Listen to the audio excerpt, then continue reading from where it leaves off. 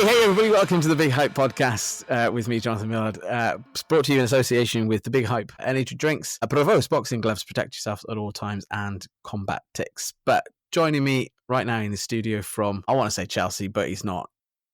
It's near Chelsea because he's a big Chelsea fan, and we're just going to say he's from Chelsea just for the point of the episode. Joey Knight. Yep, how you doing, mate? You good? Good, mate. Thank you very much for joining us. Really appreciate your time, as I've already said to you before. No worries, before we mate, started. no worries. And you're a busy man. You're a busy man. Misfits boxer now. Nowadays, Pro pundit on Chelsea football, Chelsea FC.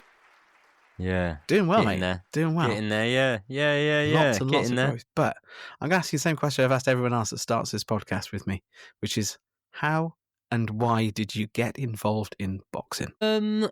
I started boxing like really late compared to the people that maybe have got to the level that I've fought at, sort of thing. So say, for example, I fought, top amateurs and stuff like that. I fought a Golden Gloves winner, things like that. Most of the time, you'd start boxing probably maybe around the time you'd start like secondary school, maybe a little bit earlier for some kids. But most of the time, you're starting around 11, 12 years old or whatever. Parents will get their kids into the gym and whatnot. And yeah, it could be for anything, really. It could be for a bit of confidence. It could be because they're good at it, or just anything. Let a bit of steam off. I never did that. I was a tearaway. Like, I was just a naughty kid. So it got to, I think I was 20 years old. Yep. I was 20 years old, and I heard of a gym in Red Hill called Light to Box, and I had a friend going down there at the time. And I went to a Quest show, which was originally branded the Queensbury back in the day, but same faces, same spaces, same people. I went to one of those shows, had a few drinks, and I remember thinking, oh, I'd like to do this. I'd like to fight on one of these, but I had no boxing experience. I had none. So, I think about 2 weeks after that, I went on a lad's holiday, 2-week holiday to Ibiza. And we were sat. It's a really weird story. We were sat on a beach, right? We're all on a come down and whatever. Sat on a beach with 2 or 3 of my pals, and I was like a smoker, drinker, and everything back then. And I turned round and I went, when we get home, I'm going to become a boxer. And my mate thought, like, it's just shit talk. Do you know what I mean? It's the drink. It's the drink talking, yeah, mate. It's the drink talking and whatnot. I said, no, I'm going to do it. I'm going to become a boxer. I said, do these shows at Epsom Downs and whatnot. And to be honest, I think whether I consciously knew it or not, I probably got into it as a form of maybe escapism from just... Yeah, not wanting to live a shit life, wanting to be more healthy, be a bit more tunnel vision. Yeah. Okay, cool. So much to unravel in that, isn't it? So you literally didn't get involved until you're 20. You kind of came off it, kind of not like some of the amateur stuff. You didn't do any amateur stuff at all then. I've never had an amateur bout, no. That's crazy, isn't it? I beat some good amateurs, but I've never had an amateur bout myself, yeah. It just proves that there is an alternative route. I suppose that's the good thing about your story here, Joey. It is an alternative route into boxing. And, from there, little acorn that grew, what was it like stepping into the Queensbury arena then after going through all that sort of thing? How long did it take you roughly? Did it, after the holiday to getting in the ring? Straight away after the holiday, I went down to the gym. Ian Jumbo Johnson, very well-renowned cut man, licensed by the British Boxing Board of Control, travels all over the world doing cuts and whatnot. He was my trainer and someone I, hold very, very, very fondly. He taught me everything I knew to start with, for the most part, to be honest, like up until I got with my trainer that I'm with now. And he was quite harsh on me, to be honest. Like, I went down there, and what I didn't realise, I was quite immature, and I didn't realise like that this guy was a lot older than me. He had seen a million people come and go like me, and that's why when I was saying, "Oh, I'll spar," first session down, no chance, whatever. It took him about 4 months to let me spar. And then when he eventually let me spar, he put me in with some some really good boys that were boxing on the Queensbury shows, now Quest, and a couple of professionals, and I had no experience and whatever. Got my arse handed to me, but then kept coming back. And I think then when he saw the commitment, I think then he started to change his mind on me a little bit. And thought, oh, okay, maybe. And then I had shelved the idea of it. I had a family bereavement type thing, and I'd shelved the idea of it, and I hadn't gone to the gym for a couple of months. So I'd done sort of 2 months training, 2 months out of the gym because I was sort of helping out home care for a family member. And I remember when I went back to the gym, Alan Foley was in the gym, and he watched me spar, and he said to me, "Why don't you fight on the Queensbury?" And I was like, I don't know, ask Jumbo, like, I don't know, like, I wouldn't mind it or whatever. So, yeah. And then October 24th, 2015 was my debut on the Queensbury. So a decade in boxing then? Yes, a decade in boxing, touch wood, without having my nose broken. Still got the looks. I can't say anything about that. I don't know. Yes, mate. In fairness, you have got a good cheeky little face on you. That's There we go. That's, nothing else. Nothing else. No, mate. But after my first fight, Yeah. funnily enough, I was completely like determined that I wasn't going to box again. I had Really? my mind made up. Yeah. My first fight. If you ever go and watch it back, it's on YouTube. Joey Knight against Tim Carpenter. I got in there. I had an opponent. He pulled out on fight week, and then they brought this guy in. And I was kind of thinking, oh, well, if he's brought in on a week's notice, like he might be a journeyman or something. Fucking wish he was a journeyman. He was hard work. I later went on. It says on his record 0-0, like, you know, no fights. I went on to find out he'd had like 3 fights. I think he'd 3 boxing matches. I think he'd had something like 16 MMA fights or something like that, tough cookie. or whatever. And it was a baptism of fire. I came out in the first round, deer in the headlights, got battered, went back to my stall.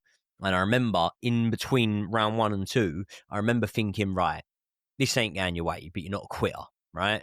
So go out there and go out on your shield. Throw the kitchen sink at him, go out on your shield. I ain't going points or I'm not quitting on my stool. I'll get knocked out. Go out there, throw the kitchen sink at him, whatever. So I've gone out there, and I kind of think in the back of my head, I probably wasn't that confident. I probably knew in my back of my head, like, this guy's a man and I'm a boy. He was 10 years older than me. He was 31. So he's 11 years older than me at the time. This guy's a man. I'm a boy. Whatever. I went out there, and in the second round, I battered him, but not enough to stop him or anything like that. So then I've come out and I've emptied the tank in round 2. And my coach has said to me, right, you win this round, you won the fight. And I was like, I'm knackered. And he was like, well, you're going to either wake up a winner or a loser, and you won't wake up knackered. So go and win the round. I got a standing count. The ref jumped in, give him a standing count in the final round. And then, yeah, won it on the scorecard. So won the debut and went home. And I remember that night, because it was go and watch it on YouTube if you haven't already. I'll have to go and watch it again. I don't think you were announcing on that show, but it was a Timu version of Gatti against Ward. It was a war, absolute war. And I remember after it, going home, having a sort of house party with everyone back to mine or whatever, having a drink, having a smoke, and thinking, never again. So even at that point, I still wasn't living the life. Wasn't living the life at all. And then it took me, I think, another 1.5 years to fight again. So it did. Look, Fauci, your memory of that is phenomenal. And obviously the story from that is a phenomenal story as well. So he put you off that much. It put you off that much that you were like, I'm done. That's it. I've done what I wanted to do. So what prompted you then after 1.5 years to, I mean, I'm going to guess you were training? You were still active, or you just, No. That was it. I was like, I'm done. I've done. Really? So what pushed you back into it in the 1.5 years afterwards, 18 months down the line? I was doing a little bit of training, but not anything seriously. Like, I would literally go down the gym and spar, but like I wouldn't join in with warm-ups. I wouldn't do anything. I was just like, I'll spar, I'll get in, I'll spar unfit, you know, I'll take a few shots and whatever. So To be honest, I really regret the first stages of my career because I took too much punishment, and I took too much punishment not as a result of being not good enough, just as a result of not understanding that to box you need to be fit. This ain't football. You need to be fit. It's one-on-one sport. There's not 10 men that can bail you out here. You've got to be fit. I kind of thought that the lifestyle I was living at the time, I was living a crazy life at the time, and things were going on and whatever. I weren't really in the greatest headspace just in general, let alone to be boxing.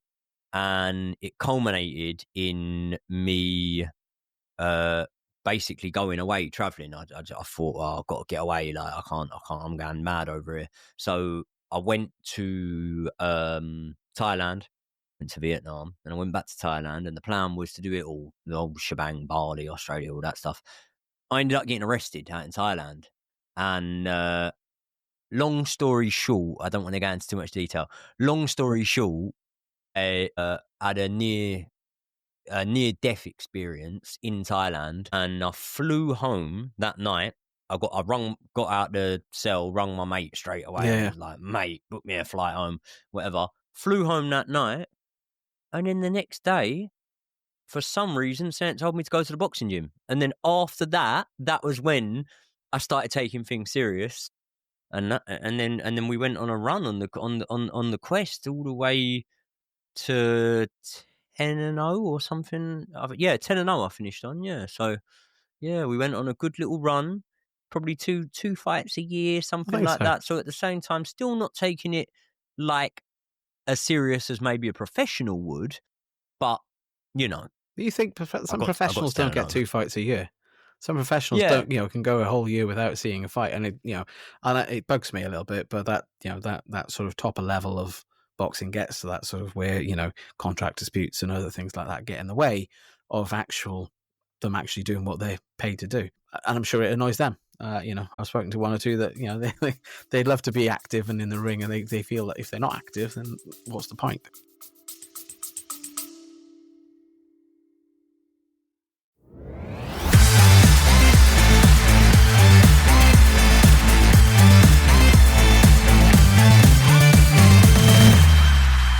Big Hype Podcast, sponsored by Hype Energy Drinks.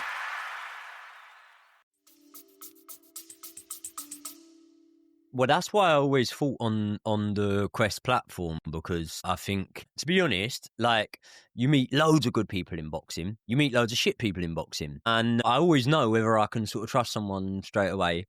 And Alan Foley, the promoter of the Quest, is, in my opinion, phenomenal at his job. Very, very good at his job. I think he could do that exact job on a much, much bigger scale, like on a pro show scale, something like that. I've never, ever, ever known someone to turn up and not get a fight that night. In terms of, like, say, for example, I've had pullouts on the day. I've had 2 people pull out on me on the day, and they've got someone in and whatever.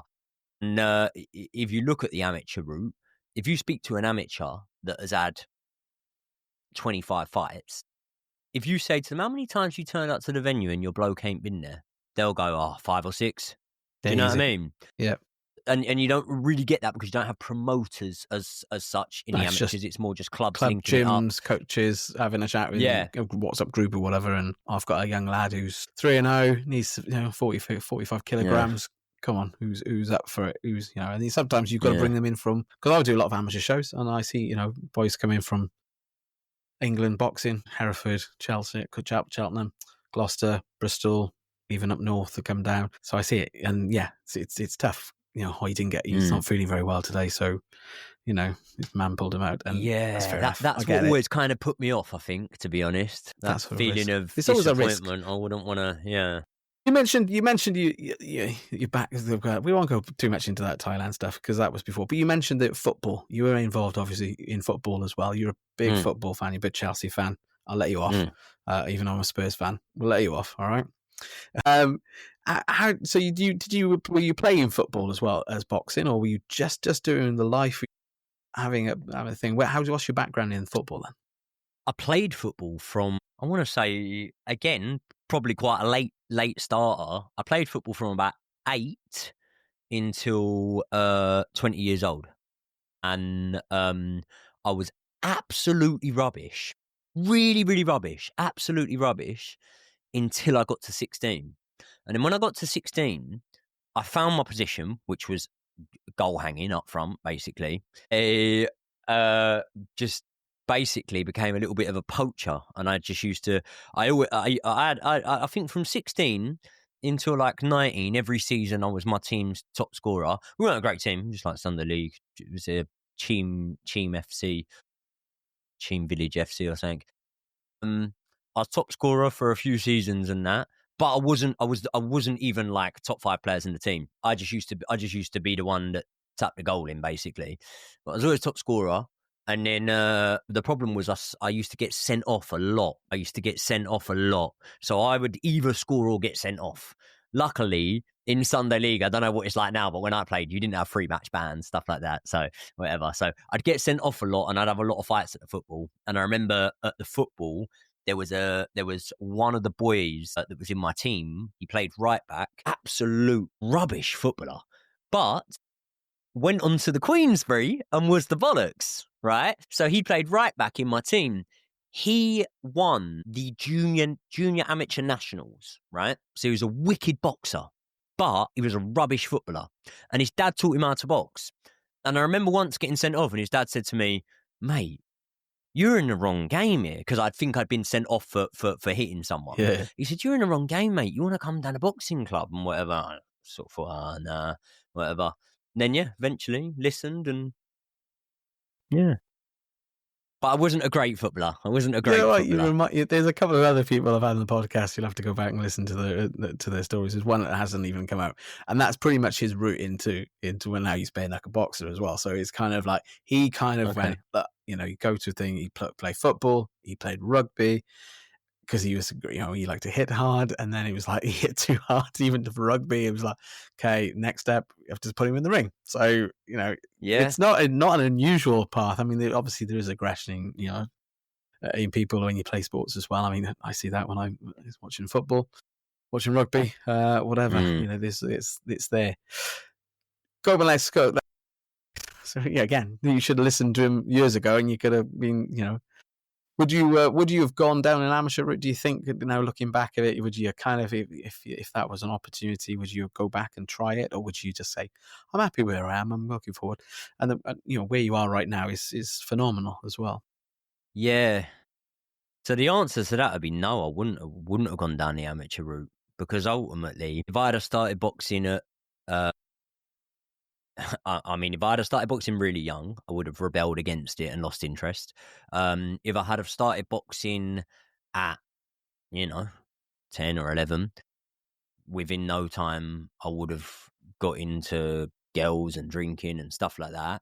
So really, the only maybe perfect-ish time for me to start boxing was when I started boxing, because I had a near-death experience. I had whatever going on in my head, and I just thought, this is the thing. This is my escape. The boxing's my escape now. So it's like escapism from everything else. So it lined up really well. And at the same time, let's be honest, mate, could I have, if I had started boxing 10 years earlier than I did, and I'd gone the amateur route, could I have become, I don't want to leverage it too high, could I have become a Southern Area champion as a professional?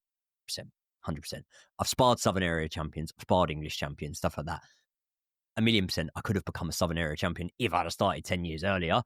But if my auntie had a set of bollocks, she'd be my uncle. So what's it matter? Ultimately, the money you'd get paid for a Southern Area title fight isn't really in line with the opportunities that have presented themselves from the path that I ended up going down. So sometimes I just think you stumble upon a recipe for success, and ultimately that's kind of what happened, boxing wise. That's fair enough. And you're right, either boxing, I've had numerous conversations around the whole boxing situation of where, you've got debutants coming out, they're paying for this, that, and everything else, and in the end they walk home with, well, they're minus 100 quid, minus 200 quid, minus 500 quid. It gets kind of like, what's the end goal of being in professional boxing? The parity between the two ends are so different. So I suppose in regards to that, then obviously, there's other opportunities which we have now, which is a good thing. Like you said, Quest is a great platform to launch people. People go through there. We had Anthony Yard went through Quest, Mace Ruegg and Nathan Mizzen. They've all kind of names that now are on the scene, doing well, doing really good in the professional game. They built a bit of a platform for themselves first before launching into some of the amateur stuff. The professional game. But then there's also another route, which is the influencer, I suppose, that's the terminology. I don't like to call it that because Misfits actually it started as that, but it's actually become much bigger than that and much better than that, I think. They're now, the cars are starting to come together really, really nicely. There's some really interesting fights that we're seeing coming through the Misfits platform as well. How did you get involved? What happened? What was the approach to getting you involved? Funnily enough, I think it was 2 years ago yesterday, or 2 years ago, the day before yesterday, that KSI fought Tommy Fury on a Misfits pay-per-view card.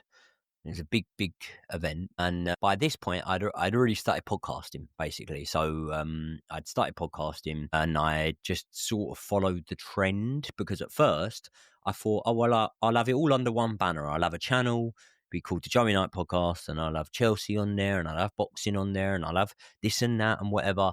And then I realised that YouTube doesn't work like that. Like, it doesn't really like varied content. It likes you to find your niche and then pump out to your niche. And if you want to do other content, start another channel for that, because there are going to be certain people that like football, but they don't like boxing. And if you keep getting boxing videos uploaded, whatever. So what I found was I went down the football route. Through going down the football route, I got asked to appear on a load of different like podcasts and shows and stuff like that. And I'd done some really cool stuff. Like I'd done some stuff with Rio Ferdinand, Joe Cole, Anton Ferdinand, Danny Murphy, loads of ex-pros and stuff like that. But my main thing that I was really happy about was I got invited to be a guest on a show called The Kickoff. And The Kickoff was hosted or was founded by who I know as Brian, but most people know as True Geordie. And we just became friends through the Kickoff, really. After a little while, I sort of we were talking about boxing. He said, "Are you into your boxing?" I said, "Yeah." I said, "I'm retired now," but I said, "I did box, like whatever." Yeah. I was only about 27 at the time, whatever. I said, "Yeah, I'm retired now," but I said, "I did box." He said, "Oh, would you box amateur?" I said, No. I said, "I box like unlicensed." But I said, "I box some good amateur boys in the unlicensed scene, 30 odd fights and stuff like that, and whatever."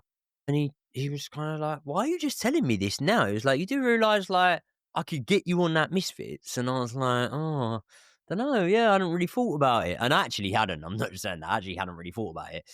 We were watching the KSI against Tommy Fury fight, and there were these two lightweights on the card. One was called Dean the Sank, and the other is called Walid Sharks, right?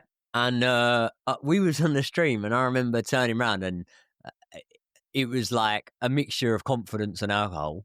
I would batter both of them anyway, by the way, but it was a mixture of confidence and alcohol. And I remember saying to them, I said, "I'll beat the shit out of both of these two." And Brian turned around to me and went, "Would you?" And I went, you're kind of expecting someone to like laugh or whatever. He went, "Would you?"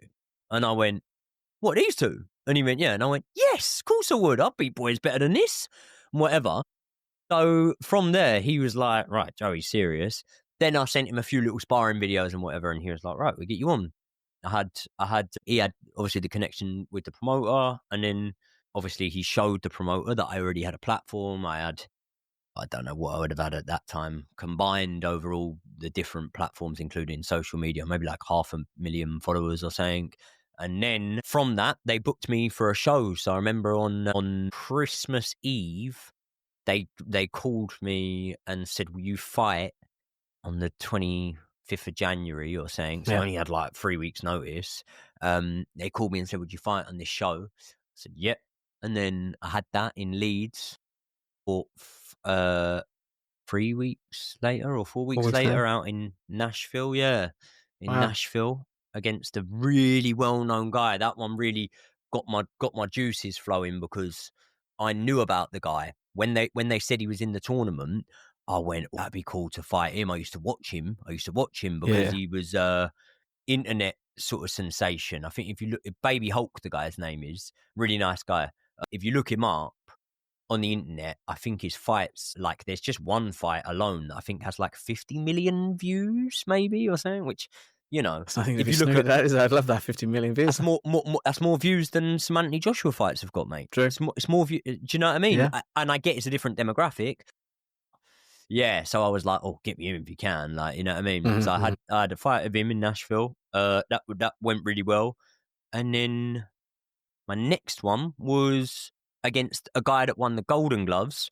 He won the Open State New York Golden Gloves. So if you imagine, I think the population of New York is 3 times the size of Scotland. Probably. So if you were the best boxer at your weight division in Scotland, you'd be considered pretty good. Do you know what I mean? Yeah. So this guy was pretty good. And also, he was a southpaw, which no one likes to fight a southpaw. It's my first time fighting a southpaw. No one wants to fight a southpaw. Yeah. So I lost that. I lost that by a point on the judges' scorecards. And then I came back in my last one and beat another ex-MMA veteran. I say MMA, I think it's Muay Thai or kickboxing, but a guy called Andrew Howson. So he was, I think he was a 5-time world champion, older than me, but he would just come off the back of having stem cell therapy, which I don't know if you've ever looked into that. There's a lot of studies to suggest that you once getting stem cell therapy, that can knock up to a decade off your sort of athletic age and whatnot. So yeah, it didn't feel like I was in there with a guy 10 years older than me. He was a good fighter, to be fair. Yeah, even on Misfits, I've boxed some boys that weren't that good, like my first one in Leeds. But I've boxed some boys that were really, really good. I mean, the guy that I lost to by a point is now the champion. So yeah. Would you want that rematch? Would you take the rematch for a championship if it was an opportunity? Yeah, of course. I take it. I'll take it for free. I'll take it for no money at all. But I don't think he'd ever want that fight. Mams don't listen to this. But... yeah. Nah, do you know what it is? I think that fight shot me in the foot a lot because usually you would think. So I because I'm like a little bit in the know with things, and obviously normally they offer it to me before they offer it to an opponent because I'll kind of be the A side depending on who I'm fighting. If I was fighting a champion, I wouldn't be, but most of the time I'll be the A side. So they'd offer it to me and I'd always go, yeah. And we got to a point where it had been, I had about 6 opponents that I had said yes to had turned me down. Okay. And then it eventually landed on that first guy that I boxed. And then yeah, even after that, like I've had loads of people turn me down for fights. So when I lost to that Cray, I kind of thought, okay, well, at least people have stopped turning down fights with me now. Actually, it did the opposite, because I think what people realised from that fight is you can beat him, but he's probably going to need to rock up injured, and he's going to make it a hard night's work for you, because I had that boy on the ropes in the last couple of rounds. I had him holding on. I'd hurt him. I knew I'd hurt him. You always know when you're about to finish someone, there's a little instinctive thing that comes through your body, and you always know, I'm about to disprove that you don't always know. Because I remember hitting him with an uppercut and a right hook in the 5th round, and heard him wince, see his eyes go, and I remember thinking, you're fucked, you are. You're cooked, and you've got another minute and a half. And I weren't good enough. To finish him off. So it was what it was. Learned from it and whatnot, but it's what it is. Anything planned for Misfits or the future? Or are we saying goodbye to boxing? I don't know, mate. I don't know. Never say never, is it, Joe? I don't know, really. Like, I think my perspective on things has changed a lot. Not in the same place that I was when I started boxing. And if I'm completely transparent, I don't love it like I once did. Do you know what I mean? Like, I used to love it. And I used to get such a high from getting my hand raised. And I don't really feel like I get that as much anymore. But at the same time, then what counteracts that is the fact of like, well, hold on, you're good at it, you've never been hurt, and you're getting paid well. So does it matter whether loads of people go and work jobs? But I'm not saying I don't enjoy it. I'm more so kind of saying like what I don't enjoy is the fact that, you know, my little girl wants a McDonald's for dinner and I can't have it with her. Do you know what I mean? Because I'm on a diet, or I do have to go 6 weeks without going down the pub and seeing the boys and having a beer and stuff like that. So the highs are high, the lows are low, and at the moment, I'm not really sure. Like I've got I'm really, really grateful for everything, all the opportunities from Quest to Misfits and everything. But at the same time, I'm lucky enough to have other things that are sort of doing well and providing for my family at the minute. And those things, I would imagine, just scientifically, will have more longevity than a boxing career will. 31 now, you know what I mean? So yeah, but you say that now. I mean, I've had on the podcast a few boxers who didn't start until late 20s, early 30s. And they're going down the professional route. I mean, it's not, you know, I'm not taking anything away from me in this debate, and I'm trying to sort of just illustrate that there is an opportunity and there's options. I think you probably have more options now, and that's probably better for you. So it's like you said, it's a never say never situation, but the highs are lows, the lows are lows, and you've got to do what's best for you and best for your family at the end of the day.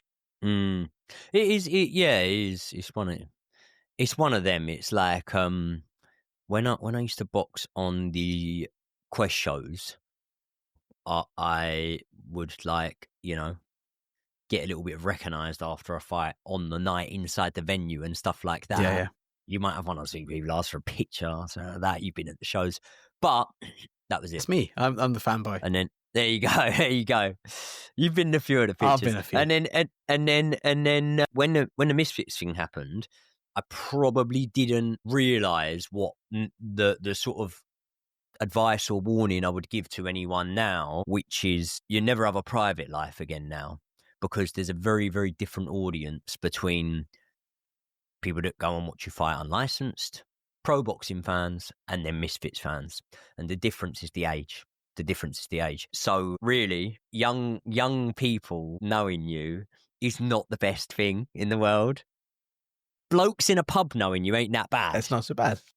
I live in a very 99% of the area that I live in support Chelsea. So if I go in a pub, a lot of people in there will know me, sort of thing, because of the podcast and whatever. But blokes in a pub, you know, it's not bad. Someone will just come over and say, "Oh, mate, I watch your podcast," whatever. Kids are annoying. Kids are annoying because they're not mature enough to come over and just be like, "Oh, mate, like, I watch you on Misfits." So they'll all be looking at you and then they'll go, "Joey!" like, well loud or whatever. And I'm like, oh, and I get it like every day. I hate it. So I'd always give someone that warning of like, listen, before you go into this, just know that every kid in your area is going to know who you are because they all love Misfits. That's not a bad thing, but it seems obviously. Stresses me out. You're just walking down the street and you get people shouting at you, and groups of little kids going, "Oh, bless you, God, Joey." I don't like it. I don't as get that. I say, So it's fine. I'm a private man, innit? Like, Man. I like to keep my private life private. And when I am walking down the street, I'm often with my daughter and stuff like that. So Yeah, I mean, I've got kids myself, so I kind of know. Yeah. My 14-year-old boy, his friends, they're like, "Oh, your dad does a podcast." And he's like, Yeah. He doesn't see anything wrong with it, but they're like, "Oh, your dad's well weird. He's doing really cool." And it's like, he's just like, "Don't need this, Dad. Can you stop?" I was going, "Nope, tough luck. We carry on." Anyway, we have a closing tradition on the podcast, which is just an either/or questions, rapid fire. Give me whichever way you want to go. So, Joey Knight, are you ready for your final round? I'm ready. Southpaw or orthodox? What? It's just one word answer. Yeah? Which one? I'll go southpaw because if I could pick, I'd be a southpaw rather than an orthodox fighter. Fair enough. Body shots or head shots? Head. Train alone or with a partner? Alone, just me and my coach. With a partner, but we'll lay you off, okay? Early bird or night owl? Both. No sleep. Up late and then rising early. How many hours sleep do you get, Joey? I've got a 3-week-old at the minute, so at the minute I'm doing about 2 hours every 2 days. No. I probably have about 5 hours sleep a night. It's not very good. The same as me. Yeah. Just look at the bags and the wires. Okay. Heavy bag or speed bag? Heavy bag. Underdog or was the favourite? Underdog. Boxing gym or outdoors? In amongst the trees. Boxing gym. Short and powerful punches or long and technical? To watch, long and technical, but for my style, short and powerful. Fight dirty, fight clean. Fight dirty. Not many people say that one, so that's good. Loud Only crowd. against people that are better than me. I've beaten a couple of boys that were better than me by fighting dirty. Loud crowd or quiet atmosphere? Quick knockout or strategic win? I get paid for overtime, do you? Quick knockout. Good. A hypothetical question. This fight has still never been signed, but if it was, who would you go with? OJ or Fury? It's an easy one. It's an easy one, mate. Tyson Fury. A box ears off him for a few rounds, and then I think Tyson Fury would actually stop him probably within maybe the first eight rounds. I don't think it goes past 8. That's a proud prediction. Normally we just get AJ or we just get... That's a good prediction. I like that. What do you think? Me, it doesn't matter. No, it does. I'm a Come licensed on. official with the Boxing Board of Control, so I don't have an opinion. There you go. You I can't don't give have an opinion. I have to just say congratulations. You know, wish both the best of luck, as Mr. Seamus Dunn tells you many times in the ring. Whoever wins, the fans win. That's the honest answer. We all get to watch the fight that we've been clambering for the last decade. You know, I don't think we will. You know, I don't think it happens. Well, we'll see. We'll see. Maybe Eddie can make it happen. Happens. Maybe Turkey can make it happen. I feel like the problem is inactivity has never been a friend of AJ's, and inactivity has been something against maybe you could say lesser fighters in terms of like a Deontay Wilder, although history is very much rewritten on Deontay Wilder. He was I think he had a 14 defense streak of his WBC belt. You can say what you want about the title defenses and whatever. But what I would say is Tyson Fury basically went into that Deontay Wilder fight inactive. He had a couple of blowouts against 2 rubbish fighters, Sefer Seferi and Francesco Pianetta. Whereas, so Tyson Fury in his career has shown a couple of times actually that he can have longer periods out of the ring, still come back and be very sort of fluent and natural with it. And AJ hasn't showed that as much anymore. And I do believe at this moment in time, Tyson Fury is mentally stronger. So I'd always back Tyson Fury, but listen, it's heavyweight boxing. Who knows? Who knows? Yeah, when you said that, actually, it just reminded me of another boxer I've announced recently. And I've went back to watch over, and I've watched him quite a few years. Lucas Brown. He's 45, 46, about my age. And he's still boxing, and he still boxes really well. And now he's gone to the bare knuckle. But he does the bare knuckle now. He does the bare knuckle now. He's gone over to the BKB stuff, and But I announced. I mean, he was looking really, really good at one point. I think like 2015, he stopped. Is it Chagayev he stopped? I think it was Chagayev, and he was in Russia, and he was an underdog. They'd have robbed him on the scorecards 100%. And I think, don't quote me because people are now debunked this, but I think he stopped him in the last round. That was a pretty epic win from Lucas Brown. Yeah, and again, he's a good boxer. Perhaps, maybe, who knows? Boxing, but he was stopped because of his age. Apparently, that was the problem. So, but he can still box, and someone's just said, "No, you're too old to box, so we're not going to give you a license." So. Just I feel like in the heavier weight divisions, you can go on for a lot longer. I feel like there's a bit less wear and tear on the body. I mean, they say it's a young man's sport. Have a look at the pound for pound rankings. And have a look at BoxRec's pound for pound rankings. You won't find anyone in there under the age of 30. There you go, see? It's like WWE at the moment. They're all 40 or something, and they're all retiring. It's like, yeah. Anyway, everyone I digress. Jerry, how do people get involved? How do they follow you? Just by typing my name into the internet. I've not got like 1,000,001. Got past the point of having to announce myself and say what my socials are. I just put my name in. It's good. It's great. To be honest, now often when people say, "Oh, are you on thingy? Let me follow you." To be honest, if you type in Joey, it will come up within the first. You won't have to scroll. It'll come up within the first 3 or 4, I think, a lot of the time. So, but maybe that's because they're local and their algorithm knows they're into Chelsea and shit. Maybe. If I was putting it in, maybe. Yeah. My girlfriend would probably do it. It's probably not. You'd probably come up with some sort of maths or something. There you go. Anyway, Joey, thank you so much for coming on the podcast. I hope to watch you again. Hope to announce you again in Quest, perhaps maybe a reunion run or yeah. Who knows? Listen, if I ever have a little farewell fight in Epsom, that would be the one I'd like to do.